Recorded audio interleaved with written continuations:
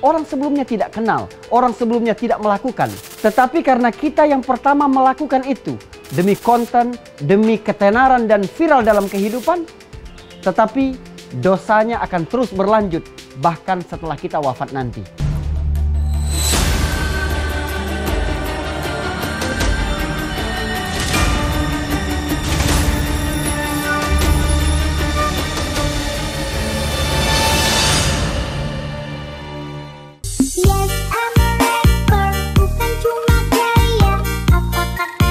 Assalamualaikum warahmatullahi wabarakatuh. Sahabat Hikmah, seringkali kita melihat aksi-aksi bodoh dan konyol demi sebuah konten foto atau video di media sosial. Bahkan tidak jarang pula yang justru membahayakan pelaku dan orang di sekitarnya. Tapi semua ini rela mereka lakukan demi menjadi terkenal atau yang dikenal dengan istilah viral. Lihat saja aksi pengemudi wanita yang ugal-ugalan sambil mengemudikan truk ini. Bukan hanya si wanita pengemudi, sang pembuat video pun terancam keselamatannya saat mengabadikan momen ini. Ada pula anak-anak muda yang melakukan aksi berbahaya sambil mengendarai sepeda motor tanpa busana. Bahkan tidak sedikit yang melakukan aksi-aksi nekat. Seperti aksi menghentikan kendaraan truk yang sedang melaju di jalanan, seperti yang terjadi di kawasan Tangerang dan Bogor.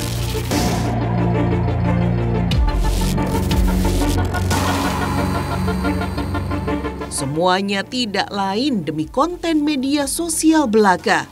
Masya Allah. Ya, menjadi viral dan terkenal saat ini menjadi dambaan banyak orang.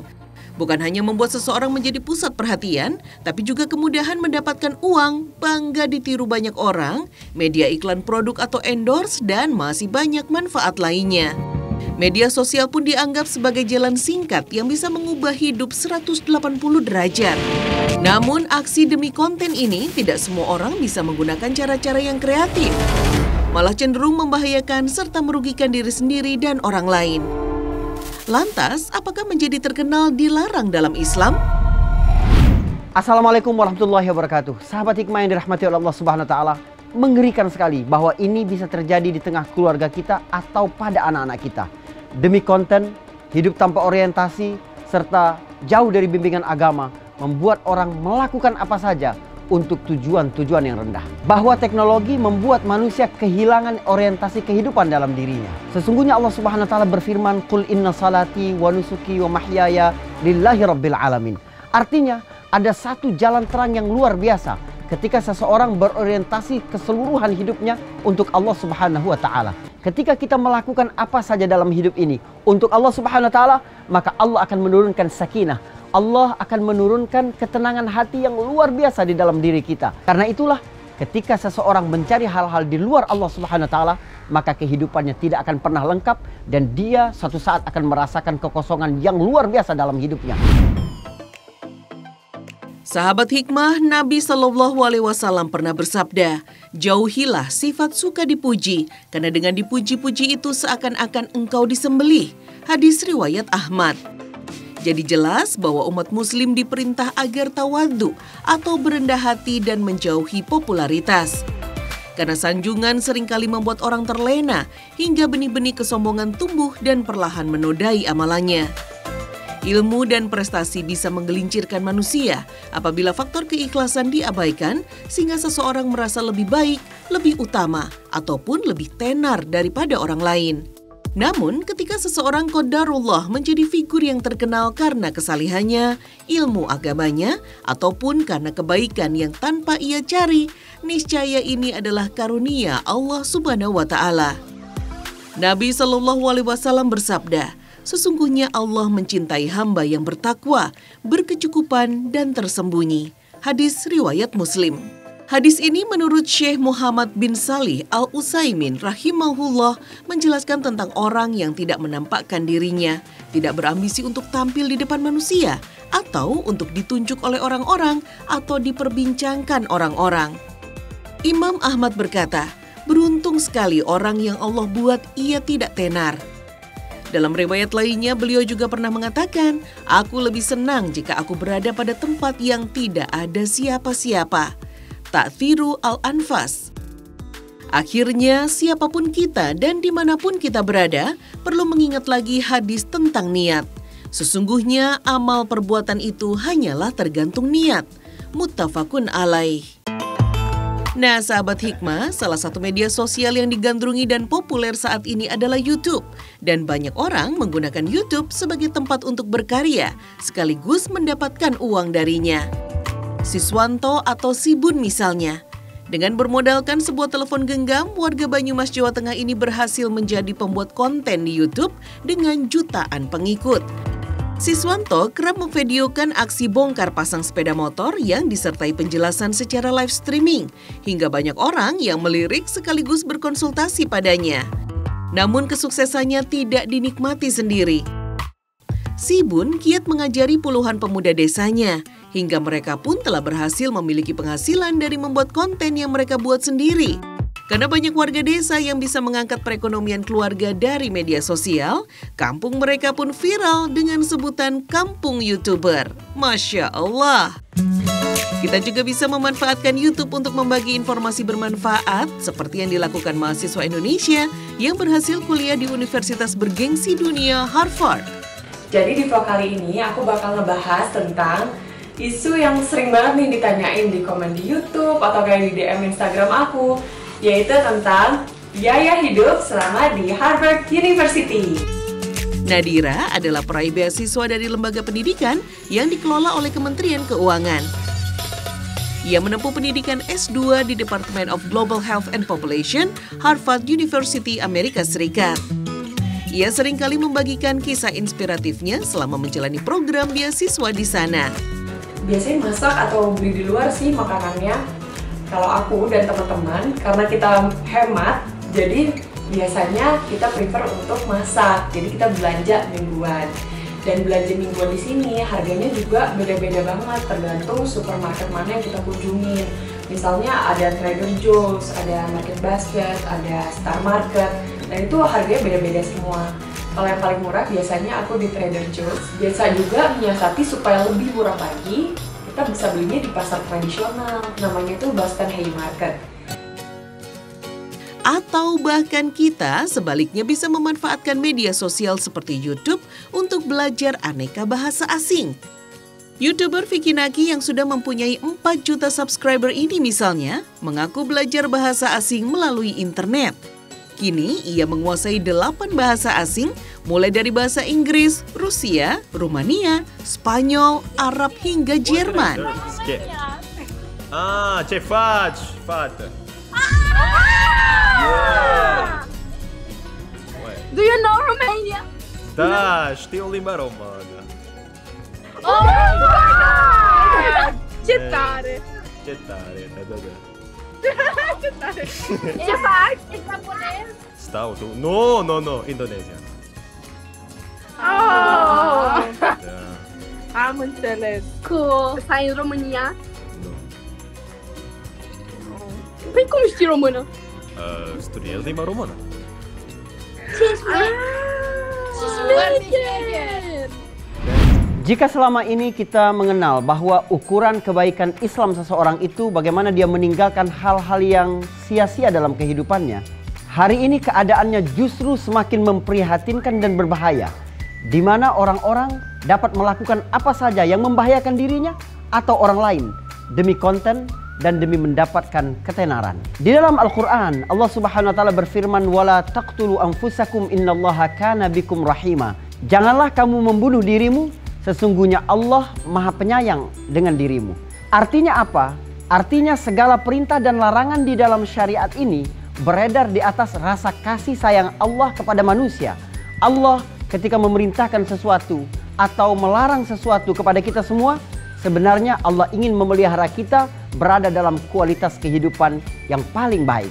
Jadi segala tindakan-tindakan dan aktivitas yang dapat membahayakan diri sendiri dilarang oleh agama. Wala tulqu bi aidikum ila tahlukah wa ahsinu innallaha yuhibbul muhsinin. Dan janganlah kalian membuat diri kalian berada dalam keadaan bahaya, berbuat baiklah kalian. Sesungguhnya Allah mencintai orang-orang yang berbuat baik. Di dalam agama, jangan melakukan sesuatu tanpa kita memikirkan akibat buruk setelah itu. Ya ayyuhalladzina amanu taqullah wal tanzur nafsun ma qaddamat lighad. Hai orang-orang yang beriman, bertakwalah, takutlah kepada Allah Subhanahu wa Ta'ala. Jangan melakukan apapun yang tidak sesuai dengan perintah-perintah dan larangan-larangan agama. Serta lihatlah apa-apa yang telah berlaku pada masa lalu. Kita mempelajari apa yang telah terjadi pada diri orang lain atau diri sendiri. Kesalahan-kesalahan atau hal-hal yang berakibat buruk. Jangan sampai terulang di masa yang akan datang. Ada banyak ucapan atau tindakan yang bagi kita seperti tidak ada maknanya. Tetapi itu mengakibatkan hal buruk dalam kehidupan. Serta membuat sakit hati orang lain. Akan dihisab oleh Allah Subhanahu wa Ta'ala di akhirat kelak. Sahabat Hikmah tahu nggak kalau membuat konten-konten yang buruk bisa menimbulkan dosa jariah, yaitu dosa yang tetap mengalir meskipun kita tidak melakukannya lagi. Tapi sebelum kita bahas, kita mampir dulu ke sahabat-sahabat Hikmah berikut ini ya. Kita uji dulu pengetahuannya soal riwayat para nabi. Saya tahu, mungkin di kayak apa? Kayak di apa Mesir ya? Itu Mesir, terus di apa tuh? Turki, sama satu lagi apa sih yang dekat-dekat dari Arab tuh? Arab ya? Apa sih? Ya Jordania gitu kan apa ya? Di Mesir, Kairo, sama apa tadi? Apa? Nggak tahu gue. Madinah. Enggak, bukan, nggak ada. Madinah nggak ada. Mesir, Kairo, sama apa sih? Baru mungkin di Yerusalem, terus mungkin di Palestina, Masjidil Aqsa. Dalam Islam, menyebarkan informasi bukan hanya sekedar berbagi pesan, tetapi ada tanggung jawab moral dan keagamaan. Umat muslim tentu saja tidak boleh menyebarkan pesan dan informasi tentang keburukan, apalagi berpotensi viral dan ditiru orang lain. Menebarkan pesan keburukan meskipun berdasarkan fakta akan menimbulkan prasangka dan curiga, dan tentunya akan merusak kerukunan masyarakat. Apalagi pesan yang tidak dapat dibuktikan kebenarannya. Allah Subhanahu wa Ta'ala telah memperingatkan dengan tegas hukuman bagi orang yang memviralkan keburukan. Sesungguhnya orang-orang yang senang menyebarkan keburukan di kalangan orang-orang yang beriman akan mendapatkan siksa yang pedih di dunia dan akhirat. Allah mengetahui dan kalian tidak mengetahui. Quran Surat An-Nur ayat 19. Dan apabila orang menjadi berbuat kejelekan dan kejahatan akibat konten yang kita sebarkan, kita pun sebenarnya mendapatkan dosa akibat perbuatan itu. Nabi bersabda, barang siapa yang memberikan petunjuk pada kejelekan, maka ia akan mendapatkan dosa dari perbuatan jelek tersebut, dan juga dosa dari orang yang mengamalkannya setelah itu tanpa mengurangi dosa mereka sedikit pun juga. Hadis riwayat Muslim. Dalam riwayat lainnya, Rasulullah SAW bersabda, barang siapa memberikan petunjuk pada kebaikan, maka ia akan mendapatkan pahala, seperti pahala orang yang mengikuti ajakannya tanpa mengurangi pahala mereka sedikit pun. Hadis riwayat Muslim. Pernahkah kita membayangkan melakukan satu keburukan sekali, tetapi dosanya mengalir sepanjang kehidupan? Bahkan setelah kita wafat pun, dosa itu terus mengalir ke dalam diri kita. Itulah yang disebut dosa jariah. Wah, ternyata ada. Selain amal jariah yang disebut dengan dosa jariah, ada. Nabi SAW bersabda dalam sebuah hadis riwayat Imam Bukhari, La tuqtalu nafsun zulman illa kana ala ibni adamil awal kiflun min damiha. Wa dhalika li'annahu awwalu man sannal qatla. Tidak ada satu jiwa pun yang terbunuh di atas muka bumi ini, kecuali dosanya juga akan mengalir kepada putra Adam yang pertama, yaitu Qabil, karena dialah yang pertama-tama memberikan contoh pembunuhan di atas muka bumi ini. Sahabat hikmah yang dirahmati oleh Allah Subhanahu wa Ta'ala, betapa malangnya kalau kita yang melakukan pertama-tama satu keburukan, baik di media sosial atau dalam kehidupan nyata, karena kita telah memberikan teladan buruk dalam kehidupan ini. Orang sebelumnya tidak kenal, orang sebelumnya tidak melakukan, tetapi karena kita yang pertama melakukan itu, demi konten, demi ketenaran dan viral dalam kehidupan, tetapi dosanya akan terus berlanjut bahkan setelah kita wafat nanti. Di dalam Islam, Rasulullah SAW menyebutkan, sebagaimana ada sunnah hasanah, ada teladan baik yang pahalanya terus mengalir, juga ada teladan buruk wa man sanna sunnatan sayyi'atan fil Islam kana alaihi wizruha wa wizru man amila biha min ba'di min ghairi an yanqusa min auzarihim syai'. Sesungguhnya siapapun yang mencontoh satu perbuatan buruk dalam kehidupan ini, lalu kemudian orang lain mengikutinya, dia akan memperoleh dosa dari orang-orang yang terus melakukan perbuatan-perbuatan buruk karena mencontoh yang dia lakukan itu, tanpa mengurangi dosa pelakunya itu sendiri. Penyalahgunaan media sosial, setiap orang bebas berbicara, mencaci maupun mencela lebih bebas daripada di dunia nyata. Karena ia bisa bersembunyi di balik akun media yang ia punya. Bisa lebih mudah bersembunyi dan lari dari tanggung jawab. Sebagai seorang mukmin, tentunya tidak layak berbicara kasar, mencela dan melaknat kapanpun dan dimanapun, baik di dunia nyata maupun di dunia maya. Nabi SAW bersabda, sesungguhnya orang mukmin itu orang yang tidak suka melaknat, mencela, berkata kotor, keji dan jorok. Hadis riwayat Ahmad. Maka apa yang kita ucapkan langsung atau tertulis di media sosial pun statusnya sama. Hal ini berdasarkan kaidah umum, tulisan atau lisan hukumnya sama. Ketika lisan suka mencaci, melaknat, gibah, dan berkata-kata kotor kepada orang lain, ini sama saja kita bagi-bagi pahala gratis bagi mereka. Adalah seseorang dengan mudah berbicara dan menyampaikan pendapatnya, bahkan lebih bebas mencaci, mencela, bahkan melaknat di dunia maya dengan bersembunyi di balik akun media sosialnya. Sahabat hikmah yang dirahmati oleh Allah Subhanahu wa taala, era sosial media mengubah banyak sekali kisi-kisi kehidupan. Di antaranya adalah jalan pintas untuk terkenal. Memang menjadi populer itu terkadang sangat manis di mata sebagian orang. Hari ini bersama kita ada bintang tamu yang sangat ajib, Bang Ojib. Assalamualaikum. Waalaikumsalam warahmatullahi wabarakatuh, Ustaz. Bagi seorang Ojib, sepenting apa sosial media? Sebenarnya kalau bisa dibilang sosial media saat ini bisa dikatakan penting. Pentingnya adalah kita tidak dipungkiri dengan makin kesini zaman semakin maju, kita lebih cepat mendapatkan segala macam informasi lewat sosial media. Sekalipun juga sebagai ajang silaturahmi ya Tat ya. Iya. Apalagi pandemi gini kita nggak bisa ketemu, kadang-kadang sosmed ini berguna untuk kita lebih update tentang kabar ataupun aktivitas dari keluarga, orang-orang terdekat, teman, maupun juga sebagai lahan pekerjaan. Kalau dimanfaatkan dengan baik, Tat, gitu. Jadi bisa dibilang penting, karena kan kita juga harus mengikuti perkembangan zaman ya, Tat ya. Gitu. Ada nggak pergeseran gaya hidup atau misalnya cara liburan, menikmati hari-hari dengan keluarga atau apa dengan sosial media begitu? Mau nggak mau pasti dibilang ada sih. Mungkin sekarang banyak yang terjadi adalah orang jadi kurang bisa menikmati real time atau ketika face to face sama orang. Jadi semuanya fokus sama sosial media, sama handphone, sama gadget. Gimana dia eksis ya? Artinya nggak menikmati hari-hari. Ada makanan nikmat. Saat buka puasa sudah azan, harusnya kita langsung buka. Ini posting dulu saat selamat berbuka puasa. Gitu. Selain makan kadang-kadang jadi lupa baca doanya. Gitu. Atau mungkin lagi kumpul sama keluarga ya Tat ya. Harusnya kita kangen-kangenan sama keluarga, tapi gara-gara dari sosmed posting dulu, balas-balas komen, update status, lupa sama yang di kanan kiri. Itu sih juga. Memang sih banyak merampas hal-hal yang sebenarnya bisa kita nikmati dalam hidup.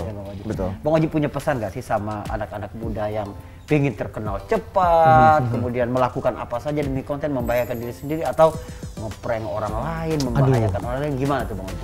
Sebenarnya kita nggak bisa membenarkan ataupun juga merubah ini dengan sangat cepat ya Tat, karena susahnya sekarang ini banyak sosok-sosok bisa dikatakan apa ya, seperti influencer deh.